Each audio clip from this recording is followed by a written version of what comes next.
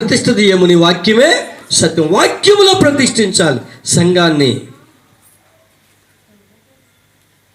వాక్యములో స్థిరపరచాలి సంఘాన్ని. ఆ వాక్యం ఎవరంటే యోహాను సువార్త 1వ అధ్యాయం మనకందరికీ తెలిసిందే. ఆది యందు వాక్యం ఉండెను, వాక్యం దేవుని యొద్ద, వాక్యమే దేవుడయ్యుండును. 14లో ఉంటుంది. ఆ వాక్యమే కృపా సత్య సంపూర్ణుడిగా మన మధ్యన నివసించారు. ఆ దేవాది దేవుడు 2014 సంవత్సరాల క్రితమే ఆదాము అవ్వల కాలములో ఆది కాండము 3వ అధ్యాయం 17వ వచనంలో అది నిన్ను తల మీద కొట్టున్నావు, దాని మడిమ మీద కొడతావు. అది అనగా ఆయన అనగా యేసు క్రీస్తు ప్రభువారు.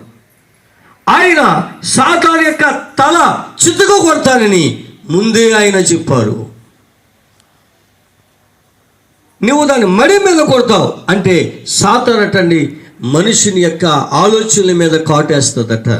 నువ్వు అనుకుంటావు నిజమే, నేను నా దేవుణ్ణి ఆరాధించాలి, నేను నా దేవుని కీర్తించాలి, నా దేవుణ్ణి నేను కొనియాడాలి, నా దేవుడిని నేను ప్రకటించాలి, నా దేవుడికి నేను నమ్మకంగా ఉండాలి, నా దేవుడు చెప్పినట్టు నేను చేయాలి అని అనుకుంటావు. కానీ సాతానుడు నీ ఆలోచనల మీద కొడతాడు. ఎక్కడ కొడతాడు? సాతానుడు నీ ఆలోచనల మీద కొడతాడు. ఎలా కొడతాడు తెలుసా? అప్పుడే ఎప్పుడు రానోళ్ళు నీ దగ్గరకు వస్తాడు. ఇది నిజమా?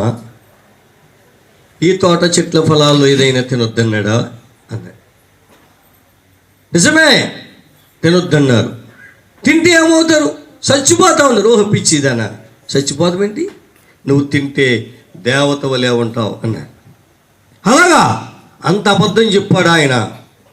అంత అబద్ధం చెప్పాడా? అయితే నేను తింటమేంటి, ఇప్పుడే తినేస్తానని చెప్పి కొన్ని కాయలు కోసుకొని తింది. తనతో పాటు తన భర్తకి. చూసారా ఎక్కడ కొట్టాడో? దేవుని పిల్లల్ని చెడగొట్టడానికి సాతానుడు వల వేస్తున్నాడు.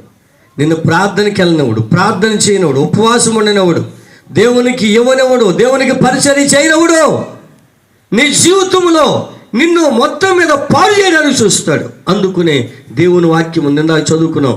చీకటిలో నడుచు జనులు గొప్ప వెలుగును చూస్తున్నారు, కానీ చీకటి దాన్ని గ్రహిస్తలేదటండి. చాలామంది అనుకుంటున్నారు, అమ్మ దేవుని కొరకు నువ్వు ఒక్క దినం మానితే 1000 దినాల ఆశీర్వాదం వస్తుందంటే మా పొట్ట ఎవరు చూస్తారని నన్ను అడుగుతున్నారు, మమ్మల్ని ఎవరు పోషిస్తారని నన్ను అడుగుతున్నారు. దేవుడు నీకు తోడుగా ఉంటానన్నాడు. ఆయన ఇమ్మానుయేలుగా ఈ లోకానికి వచ్చాడు. దేవుడి స్తోత్రం చెప్పండి గట్టిగా, హల్లెలూయా. నా ప్రియమైన దేవుని బిడ్డలారా, వాక్య సత్యాన్ని నేర్చుకోవాలి మనం, వాక్య సత్యాన్ని గుర్తించాలి మనం. ఆ వాక్య సత్యాన్ని మనం గుర్తించలేకపోతే ఎన్ని క్రిస్మస్ పండుగలు చేసుకున్నా, ఎన్ని సభలకు వెళ్ళినా, ఏం చేసినా మనకు ఆశీర్వాదాలు రావు. నోవహుతో అన్నాడు, నీ ఇంటి వారి రక్షణ కొరకు ఒక వాడ సిద్ధం చేసుకుంటే 120 సంవత్సరాలు శ్రమపడి కట్టాడండి ఆయన. ఇవాళ మీ ఇంటిని కట్టుకోవడానికి ఏం శ్రమ పడుతున్నారండి? ఒక 5 నిమిషాలు చేస్తున్నారా ప్రార్థన? ఈ కార్యక్రమాన్ని వీక్షిస్తున్న ప్రియులారా, మీరు ఒక 5 నిమిషాలు ప్రార్థన చేస్తున్నారా? పోయిన వారంలో ఒకరోజు ఉపవాసం ఉంటున్నారు. ప్రభువు కొరకు ఏమైనా త్యాగం చేస్తున్నారా? దేవుని కొరకు బ్రతుకుదా మనందరం. ఆయన త్వరగా రానై ఉన్నాడు. ఈ లోకంలోకి ఏది మనం తేలేదు, వెళ్తా ఏది పట్టుకెళ్ళావు. ఏం పట్టుకెళ్తామంటే, ఒకటి పరిశుద్ధులుగా జీవిస్తే పరిశుద్ధత కలిగి వెళ్తావు, పాపిగా జీవిస్తే నువ్వు నరకానికి వెళ్తావు. అందుకనే పాపులను రక్షించడానికి క్రీస్తు యేసు లోకానికి వచ్చాడని వాక్యము నమ్మదగినది, పూర్ణాంగీకారమునకు యోగ్యమునైనది. అట్టి వారిలో నేను ప్రధానుడు అని అంటాడు పౌలు గారు. దేవుని కొరకు బ్రతకాలి, దేవుని కొరకు జీవించాలి, దేవుని కొరకు చచ్చిపోవాలి. హల్లెలూయా. ఆయన మన కొరకు చనిపోవడానికి లోకానికి వచ్చాడు. అలాగే యేసును నువ్వు స్వీకరిస్తే, యేసును నువ్వు చేర్చుకుంటే, యేసుకు నీ హృదయంలో చోటిస్తే, ఆ రోజు నీకు నిజమైన క్రిస్మస్ ఆనందం అండి. దేవుడి స్తోత్రం, హల్లెలూయా. గట్టిగా చెప్పండి. ఎవరిని చేర్చుకోవాలి? యేసయ్యను చేర్చుకోవాలి. కనుక నా ప్రియమైన దేవుని బిడ్డలారా, ఇది అనుకుంటాం. దేవుడి స్తోత్రం చెప్పండి. ఎవరైతే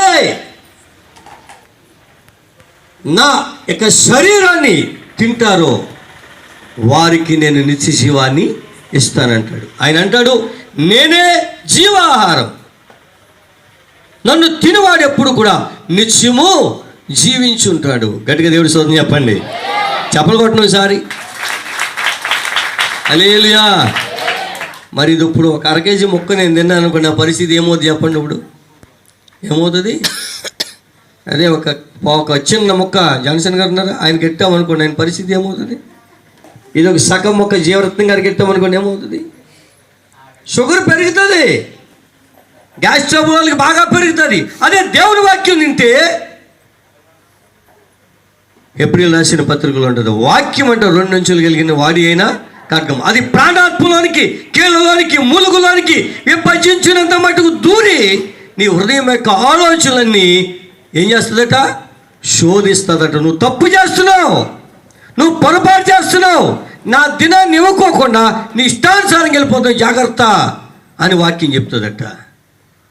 వాక్యమును యాకోబుకు తెలియచేసిన వాడని, వాక్యమును యాకోబుకు తెలియచేసిన వాడని, ఏ జనముకి లాగున చేసియుండ లేదని, ఏ జనముకి లాగున చేసియుండ లేదని, దేవునికి స్తోత్రము గానము చేయుటయే మంచిది, మనమందరము స్తుతి గానము చేయుటయే మంచిది. హల్లెలూయా. ఆనాడు యాకోబుకు తెలియజేసింది దేవుడు, ఈ దినాల్లో మనకి అయినా తెలియజేస్తూ ఉన్నాడు. హల్లెలూయా. కనుక వాక్యాన్ని కలిగి జీవిస్తే నువ్వు నిజంగా క్రీస్తుని ఆరాధిస్తున్నావు.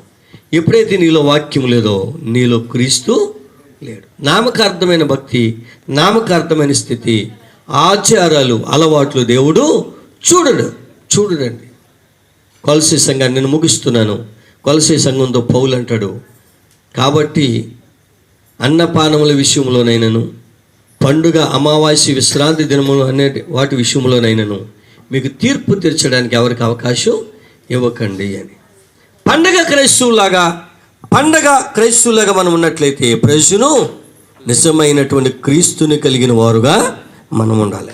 అప్పుడే నిజమైన ఆనందం, సంతోషం. ఇందాక చదివాను కదా, సర్వోన్నతమైన స్థలములలో దేవునికి మహిమ, ఆయనకి ఇష్టలేని మనుషులకి ఏం కలుగుతుందట?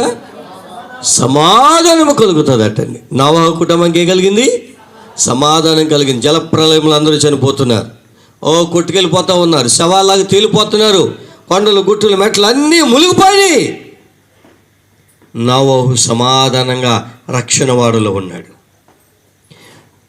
నోవహు సువార్త ప్రకటించగా నవ్విరి ఆనాటి ప్రజలంతా. నోవహు సువార్త ప్రకటించగా నవ్విరి ఆనాటి ప్రజలంతా. జలములు పుడమిని ముంచివేయగా, జలములు పుడమిని ముంచివేయగా ఎలుగెత్తి ఏడ్చిరి జగమంతా. సిద్ధపడుమ సంగమ సిద్ధపడుమ సంగమ, సిద్ధపడుమ సంగమ సిద్ధపడుమ సంగమ. సిగురించెను అంజూరము గమనించుము క్రైస్తవమా.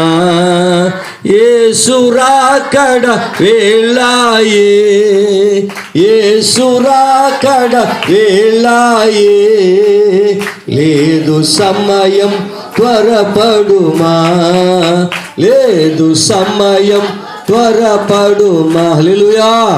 సమయం లేదు, యేసయ్య త్వరగా వస్తున్నాడు, మనం సిద్ధపడాలి. ఇంకా బాలురుగా ఉంటేనే, పాలు తాగేవారుగా ఉంటే ఇంకా